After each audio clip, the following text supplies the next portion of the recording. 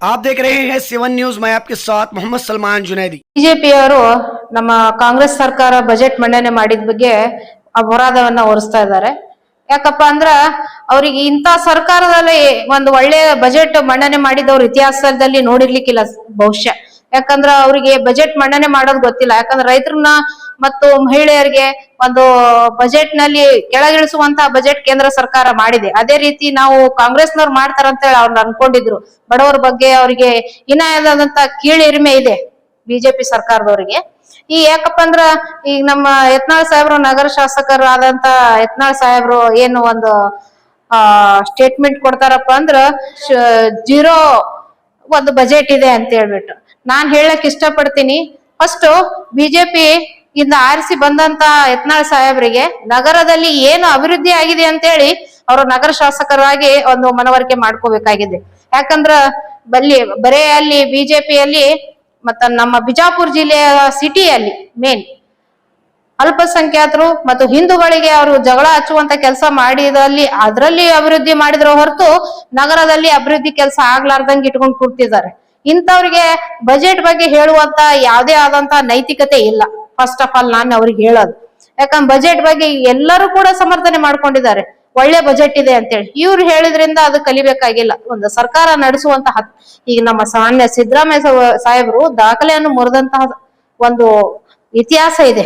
ಇಂಥವ್ರಿಗೆ ಇವ್ರ ಬಜೆಟ್ ಬಗ್ಗೆ ಪಾಠ ಕಲಿಸುವಂತ ಅವಶ್ಯಕತೆ ಇಲ್ಲ ಅಂತೇಳಿ ನಾನು ಹೇಳಕ್ ಇಷ್ಟಪಡ್ತೀನಿ.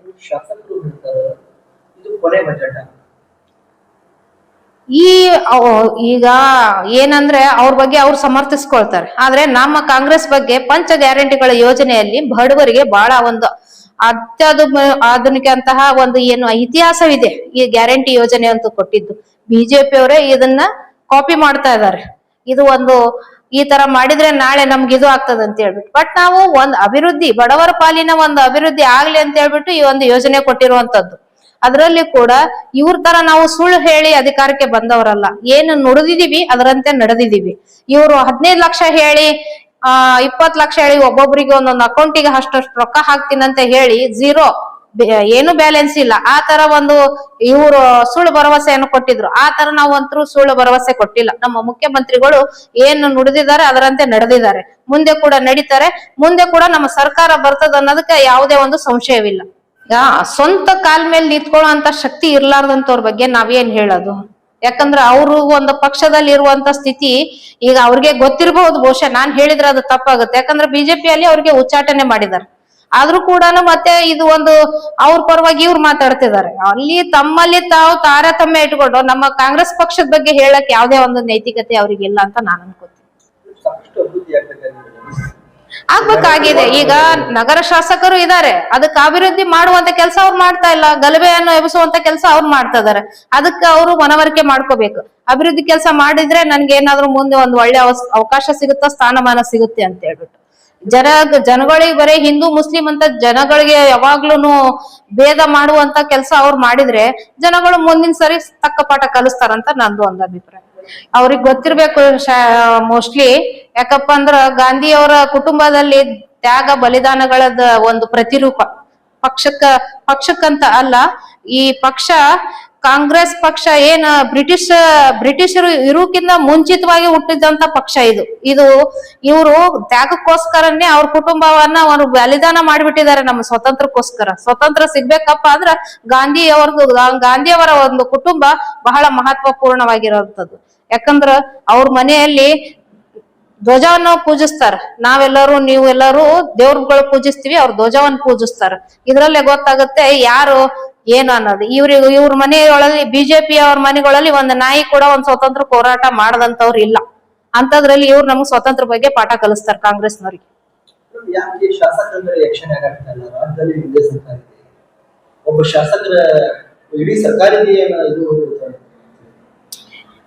ಆ ತರದ್ದೇನಿಲ್ಲ. ರಾಜ್ಯ ನಾಯಕರುಗಳಲ್ಲಿ ಏನಿರುತ್ತೆ ಅವ್ರದೇ ಆದಂತದ್ ಒಂದು ಮಾತುಕತೆ ಇರುತ್ತೆ. ಹೆಂಗಪ್ಪ ಅಂದ್ರ ಈ ತರದವ್ರನ್ನ ಅವ್ರವ್ರು ಬಿಜೆಪಿಯಲ್ಲಿ ಅವರಿಗೆ ತುಳಿಯುವಂತ ಪರಿಸ್ಥಿತಿ ಬಂದಿದೆ. ಇನ್ನ ಅವ್ರವ್ರು ಕಚ್ಚಾಡ್ಕೊಂಡು ಅವರೇ ಇದು ಆಗುವ ಹೊತ್ನಾಗ ನಾವ್ ಯಾಕೆ ನಡ್ಬರ್ಕ್ ಹೋಗ್ಬೇಕು ಅನ್ನೋ ಒಂದು ಉದ್ದೇಶಕ್ಕೆ ಅವ್ರು ಬಿಟ್ಟಿದ್ದಾರೆ ಅಷ್ಟೇ. ಮುಸ್ಲಿಂ ಸಮಾಜಕ್ಕೆ ಪದೇ ಪದೇ ಅವೇರ್ನೆಸ್ ಮಾಡಿ ಯಾಕಂದ್ರ ಅವ್ರಿಗೆ ಏನಪ್ಪಾ ಅಂದ್ರೆ ವಾರಕ್ಕೊಮ್ಮೆ ಬಿರಿಯಾನಿ ತಿನ್ನೋ ರೀತಿಯಲ್ಲಿ ನಮ್ದೊಂದು ಮುಸ್ಲಿಮ್ಸ್ ಅವ್ರಿಗೆ ಬಿರಿಯಾನಿ ರೀತಿಯಲ್ಲಿ ಉಪಯೋಗಿಸ್ಕೊಳಕತ್ತಾರ ನಮ್ಮನ್ನ. ಅದೊಂದ್ ಟೇಸ್ಟ್ ಆಗ್ಬಿಟ್ಟಿದೆ ಅವ್ರಿಗೆ. ಅವ್ರು ಮಾತಾಡ್ಲಿಲ್ಲ ಅಂದ್ರೆ ಅವ್ರಿಗೆ ಹೊಟ್ಟೆ ತುಂಬಂಗಿಲ್ಲ. ಅಲ್ಪಸಂಖ್ಯಾತರು ಮಾತಾಡ್ಬೇಕಪ್ಪ ಅಂದ್ರೆ ಬಿರಿಯಾನಿ ತಿಂದೋ ಟೈಪ್ ಆಗ್ತದ ಅವ್ರಿಗೆ. ಅವ್ರಿಲ್ಲ ಅಂದ್ರೆ ಅವ್ರಿಗೆ ವೋಟಿಂಗು ಸಿಗಂಗಿಲ್ಲ.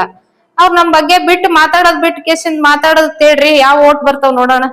ಅವ್ ವೋಟಿಗೋಸ್ಕರ ನಮ್ಮವ್ರನ್ನ ಯೂಸ್ ಮಾಡ್ಕೊಳಕ್ ಬರ್ತಾರ ಅವ್ರು ಮಾತಾಡೋದ್ರಿಂದ. ಅದು ಬಿಟ್ಟು ಮತ್ತೊಂದ್ ಏನಿಲ್ಲ. ಅಭಿವೃದ್ಧಿ ಆಗ್ತದೆ. ವಾರ್ಡ್ ನಂಬರ್ 28, 20, 19, 24, 23 ಇದು ಸಾಕಷ್ಟು ಮೈನಾರಿಟಿ ವಾರ್ಡ್ಗಳಿದೆ. ಇನ್ನು ಅಭಿವೃದ್ಧಿನೇ ಅಲ್ಲಿ ಆಗಿಲ್ಲ. ಈಗಿನ ಶಾಸಕರು ಏನ್ ಮಾಡಕತ್ತಾರಪ್ಪ ಅಂದ್ರ ಅಭಿವೃದ್ಧಿ ಬಗ್ಗೆ ಮಾತಾಡ್ತಾ ಇಲ್ಲ. ಎಲ್ಲೋ ಒಂದು 30ನೇ ವಾರ್ಡ್ 28ನೇ ವಾರ್ಡ್ ಅಲ್ಲಿ ಬಹಳ ಕೆಲ್ಸಗಳು ಆಗ್ಬೇಕಾಗಿದೆ. ಅದನ್ನ ಬಿಟ್ಬಿಟ್ಟು ನಾನು ಒಂದು ಫೋಕಸ್ ಏನ್ ಹೇಳ್ತದಾರಪ್ಪ ಅಂದ್ರ ನಾ ಸಿಂಗಾಪುರ್ ಮಾಡೀನಿ, ನಾ ಫಾರಿನ್ ಮಾಡೀನಿ ಅಂತ ಹೇಳಾಕತ್ತಾರ. ಆ ತರ ಯಾವ್ದೇ ಒಂದು ಅಭಿವೃದ್ಧಿ ಆಗಿಲ್ಲ. ಅಭಿವೃದ್ಧಿ ಬಗ್ಗೆ ಮಾತಾಡ್ರಿ ಅಂದ್ರೆ ಬರೀ ಹಿಂದೂ ಮುಸ್ಲಿಮ್ಸ್ ಬಗ್ಗೆ ಮಾತಾಡ್ಕೊಂತ ಅವ್ರು ಹೊಂಟಿದ್ದಾರೆ. ಸ್ವತಃ ತಮ್ಮ ಒಂದು ಪಕ್ಷದಲ್ಲೇ ತಮಗೆ ಸ್ಥಾನಮಾನ ಉಳಿಸ್ಕೊಳ್ಳಾರ್ದವ್ರು ನಮ್ಮ ಕಾಂಗ್ರೆಸ್ ಪಕ್ಷದ ಬಗ್ಗೆ ಬಜೆಟ್ ಬಗ್ಗೆ ಇವ್ರಿಗೆ ಹೇಳಕ್ ಯಾವ್ದೇ ಒಂದು ನೈತಿಕತೆ ಇಲ್ಲ. ಯಾಕಪ್ಪ ಅಂದ್ರ ಅವ್ರು ರೆಕಾರ್ಡ್ ಆದಂತಹ ಒಂದು ದಾಖಲೆಯನ್ನು ಮುರಿದಂತಹ ನಮ್ಮ ಸಿದ್ದರಾಮಯ್ಯ ಸಾಹೇಬರಿಗೆ ಬಜೆಟ್ ಬಗ್ಗೆ ಹೇಳಕ್ ಇವ್ರಿಗೇನು ಅದ್ರದ್ದು ಅವಶ್ಯಕತೆ ಇಲ್ಲ ಅಂತೇಳಿ ನನ್ನೊಂದು ವಾದ. ಇದು ನಮಗೆ ಬಡವರ ಪರ, ಜನರ ಪರ, ಬಡವರ ಪರ. ಯಾಕಪ್ಪ ಅಂದ್ರೆ ಕೇಂದ್ರ ಸರ್ಕಾರದವರು ಅಂದಾನಿ ಅಬಾನಿ ಅವರಿಗೆ ಪರವಾಗಿ ಅವ್ರು ನಿಂತಂತವ್ರು, ಇವ್ರು ನಮಗೆ ಬಡವರ ಪರವಾಗಿದ್ದಾರೆ. ಯಾಕಪ್ಪ ಅಂದ್ರ ಪ್ರಜೆಗಳಿಗೆ ನಡೆಸೋದ್ ಪಡುವುದೇ ಪ್ರಜಾಪ್ರಭುತ್ವ. ಇದನ್ನ ಏನ ಡಾಕ್ಟರ್ BR ಅಂಬೇಡ್ಕರ್ ಅವರು ಹೇಳಿದ್ರು, ಆ ಸಂವಿಧಾನದ ತತ್ವದ ಅಡಿಯಲ್ಲಿ ನಮ್ಮ ಸಿದ್ದರಾಮಯ್ಯ ಸಾಹೇಬರು ಒಂದು ಬಜೆಟ್ ಮಂಡನೆ ಮಾಡಿದಾರ ಅಂತೇಳಿ ನಂದೊಂದು ವಾದ. ಬಜೆಟ್ ನಂತರ ಗ್ಯಾರಂಟಿ ಕೊಟ್ಟಿಲ್ಲ. ಗ್ಯಾರಂಟಿ ಬಂದ್ ಆಗ್ತದೆ ಜನರಲ್ಲಿ ಒಂದು ಗ್ಯಾರಂಟಿ ಬಂದಾಗ್ತದೆ. ಜನರಲ್ಲಿ ಯಾವುದೇ ಒಂದು ಗೊಂದಲ ಇಲ್ಲ. ಯಾಕಪ್ಪ ಅಂದ್ರ ನಮಗೆ ಸಿದ್ದರಾಮಯ್ಯ ಸಾಹೇಬರು ಬಡವರ ಒಂದು ತಂದೆ ಅಂತೇಳಿ ಕೇಳ ಪಡಕತ್ತೀವಿ. ಯಾಕಂದ್ರ ಪ್ರತಿ ಸಲ ಕೆಲವೊಂದು ಮಹಿಳೆಯರಿಗೆ ಮೀಟ್ ಆದಾಗ ಏನಮ್ಮ ಇದರಿಂದ ಯೋಜನೆಗಳು ಏನೇನ್ ಸಿಗ್ತದೋ ನಿಮ್ಗ ಒಳ್ಳೇದಾಗ್ತದೆ, ಹೌದಮ್ಮ ನಮ್ಗೆ ಇದರಿಂದ ಏನೋ ಒಂದು ಮನೆಯಲ್ಲಿ ಒಂದ್ ಮಗ ಇದಾನೇನೋ ಅನ್ನೋ ಒಂದ್ ರೀತಿಯಲ್ಲಿ ನಾವು ಫೀಲ್ ಮಾಡ್ಕೊಳಕತ್ತೀವಿ. ಯಾಕಂದ್ರ ನಮ್ಗೆ ಯಾರು ದುಡಿಲಿಲ್ಲ ಅಂದ್ರೂ ನಮ್ಗೆ ಇವತ್ತು ನಮ್ಮ ಮಗನ್ ರೀತಿಯಲ್ಲಿ ಸಿದ್ದರಾಮಯ್ಯ ಸಾಹೇಬ್ರು ನಮ್ದೊಂದು ಅನ್ನ ಉಣ್ಸಕತ್ತಾರ ಅನ್ನೋ ಒಂದ್ ರೀತಿಯಲ್ಲಿ ನಾವು ಟ್ರೀಟ್ ಮಾಡ್ಲಾಕತ್ತೀವಿ ಅಂತೇಳಿ ಒಂದು ಜನರ ಹತ್ರ ನಮಗ್ ಕೇಳಿ ಬರ್ಲಾಕತ್ತದ.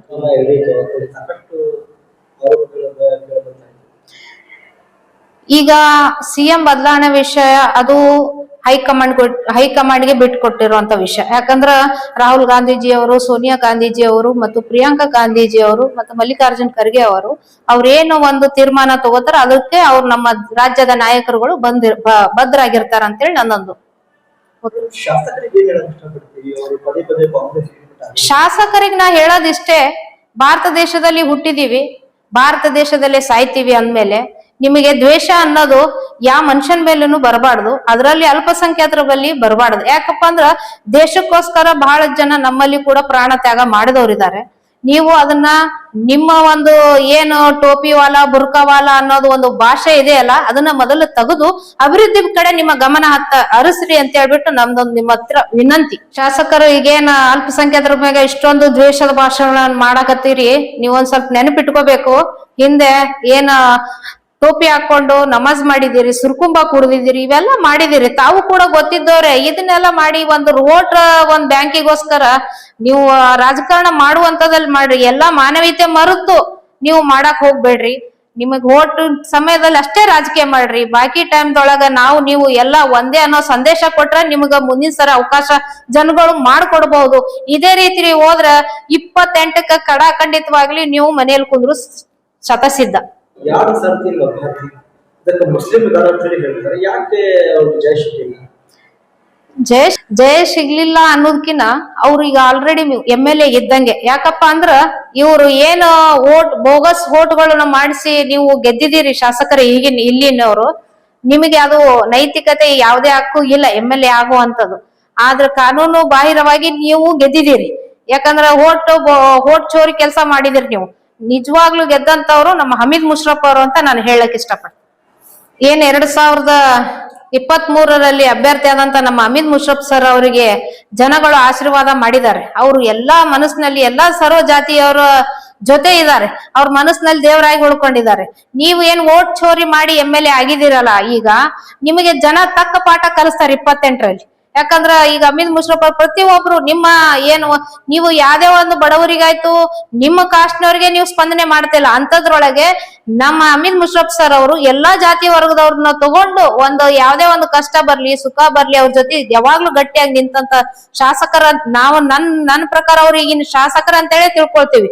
ಅವರು ಅಭ್ಯರ್ಥಿ ಅಲ್ಲ, ಶಾಸಕರು ನಮ್ಮ ಪರವಾಗಿ ನಾನ್ ತಿಳ್ಕೊಳ್ಳೋದು. ಯಾಕಂದ್ರ ಪ್ರತಿಯೊಬ್ಬರಿಗೂ ಅವ್ರು ಕಷ್ಟ ಅಂತೇಳಿ ಬಂದ್ರೆ ಸ್ಪಂದನೆಗೆ ಜಲ್ದಿ ಮೊದಲು ಇರುವಂತ ನಮ್ಮ ಅಮಿತ್ ಮುಷ್ರಫ್ ಸರ್ ಅವರು ಯಾವಾಗ್ಲೂ ಕೂಡ ಜನರ ಮನಸ್ಸನ್ನ ಗೆದ್ದು ಇರುವಂತಹ ನಾಯಕ. ಕೋತಿ ಬೆಣ್ಣೆ ತಾನ್ ತಿಂದು ಬೆಕ್ಕಿಗ್ ಮಕ್ಕು ಕೊರಿಸ್ತಂತೆ, ಆ ರೀತಿ ಬೆಣ್ಣೆ ಏನ್ ಕೆಲಸ ಓಟ್ ಚೋರಿ ಕೆಲಸ ತಾವು ಮಾಡಿ ಇನ್ನೊಬ್ರ ಮೇಲೆ ಹಾಕುವಂತ ಕೆಲಸ ಶಾಸಕರು ಮಾಡ್ಲಕತ್ತಾರ. ಅದು ಅವರಿಗೆ ನೈತಿಕತೆ ಅಲ್ಲ ಅಂತ ಹೇಳ್ಬಿಟ್ಟು ನಾನು ಹೇಳ್ತೀನಿ. ಈಗ ಏನು ಶೂನ್ಯ ಬಜೆಟ್ ಅಂತ ಹೇಳಕತ್ತೀರಿ ಈಗಿನ ಶಾಸಕರು ನಗರದ ಏನ್ ಯತ್ನಾಳ್ ಸಾಹೇಬ್ರು, ಆದ್ರ ನಿಮ್ಗೆ ಹೇಳಕ್ ಇಷ್ಟಪಡ್ತೀನಿ, ನಮ್ಮ ಏನು ರಾಜ್ಯದ ಮುಖ್ಯಮಂತ್ರಿಗಳಾದಂತ ಸಿದ್ದರಾಮಯ್ಯ ಸಾಹೇಬ್ರು ಬಡವರ ಪರವಾಗಿ ಒಂದ್ ಒಳ್ಳೆ ಅದ್ಭುತವಾದಂತ ಬಜೆಟ್ ಅನ್ನು ಕೊಟ್ಟಿದಾರ. ಅದ್ರ ಬಗ್ಗೆ ನೀವು ಮಾತಾಡ್ಲಿಕ್ಕ ಅರ್ಹತೆನೇ ಇಲ್ಲ ನಿಮಗೆ. ಮೊದಲು ನೀವು ನಗರದ ಏನ್ ಅಭಿವೃದ್ಧಿ ಮಾಡ್ಬೇಕಾಗ್ಯದ ವಾರ್ಡ್ಗಳಲ್ಲಿ ಹೋಗಿ ನೋಡ್ರಿ, ನಿಮ್ಮ ವಾರ್ಡ್ಗಳಲ್ಲಿ ಯಾವ ರೀತಿ ಕೆಲಸಗಳು ಹಂಗೆ ಪೆಂಡಿಂಗ್ ಉಳಿದಿದಾವ ಅಂತೇಳಿ ಮೊದಲು ಅದನ್ನ ಅಭಿವೃದ್ಧಿ ಮಾಡಿ ಆಮೇಲೆ ಬಜೆಟ್ ಬಗ್ಗೆ ಮಾತಾಡ್ರಿ. ನಾವು ಏನ್ ಮುಂದಿನ ಸರಿ ಸರ್ಕಾರ ಬರಲ್ಲ ಅಂತ ನೀವ್ ಹೇಳ್ತಿರಲ್ಲ, ಈಗ ಹೇಳಕತ್ತೀನಿ ನಿಮ್ಗೆ ಕೇಳ್ರಿ, ಈ ಸರಿನೂ ನಮ್ ಸರ್ಕಾರ, ಮುಂದಿನ ಸರಿನೂ ನಮ್ ಸರ್ಕಾರ. ಯಾಕಂದ್ರ ಪಂಚ ಗ್ಯಾರಂಟಿ ಬಡವರ ಪರವಾಗಿ ಕೊಟ್ಟಿರುವಂತ ಗ್ಯಾರಂಟಿಗಳು ಅವು. ಇದೇ ರೀತಿ ನಾವು ನುಡಿದಂತೆ ನಡೀತೀವಿ, ಮುಂದೆ ಕೂಡ ನಡೀತೀವಿ, ಮುಂದೆ ಕೂಡ ನಾವು ಜನರ ಪರವಾಗಿರ್ತೀವಿ, ಬಡವರ ಪರವಾಗಿರ್ತೀವಿ. ನಮ್ಮ ಪಕ್ಷ ಬಡವರ ಪಕ್ಷ, ದೀನ ದಲಿತರ ಪಕ್ಷ. ಯಾವಾಗ್ಲೂ ಕೂಡ ಬಡವರ ಏಳಿಗೆಯನ್ನು ಬಯಸುವಂತ ಪಕ್ಷ ಯಾವ್ದಾದ್ರು ಇದ್ರ ಅದು ನಮ್ಮ ಕಾಂಗ್ರೆಸ್ ಪಕ್ಷ ಅಂತೇಳಿ ನಾವು ಮತ್ತೊಮ್ಮೆ ಹಸ್ತಕ್ಕೆ ವೋಟ್ ಹಾಕ್ರಿ ಅಂತ ಹೇಳಿ ಮತ್ತೊಮ್ಮೆ ಮನೆಗೆ ಹೋಗಿ ಈ ಒಂದು ಕಾರ್ಯಕ್ರಮ ಕೊಟ್ಟಿವಿ. ನಿಮ್ಮಿಂದ ನಮಗ ಒಂದು ಒಳ್ಳೆ ಅನುಕೂಲತೆ ಆಗಿದೆ ಅಂತ ಹೇಳಿ ಜನರಲ್ಲಿ ಅಭಿಪ್ರಾಯ ತಗೊಂಡು ನಾವು ಮತ್ತೆ ಎಲೆಕ್ಷನ್ ಬರ್ತೀವಿ. 28ಕ್ಕೆ ನಾವು ಮತ್ತೆ ಸರ್ಕಾರ ತಂದೆ ತರ್ತೀವಿ ಅಂತೇಳಿ ಈ ಮೂಲಕ ಹೇಳಕ್ ಇಷ್ಟಪಡ್ತೀನಿ. ರಮೀಜಾ ನದಾಪುರ್, ಬಿಜಾಪುರ ಜಿಲ್ಲೆಯ ಮಹಿಳಾ ಕಾಂಗ್ರೆಸ್ ಅಧ್ಯಕ್ಷೆ.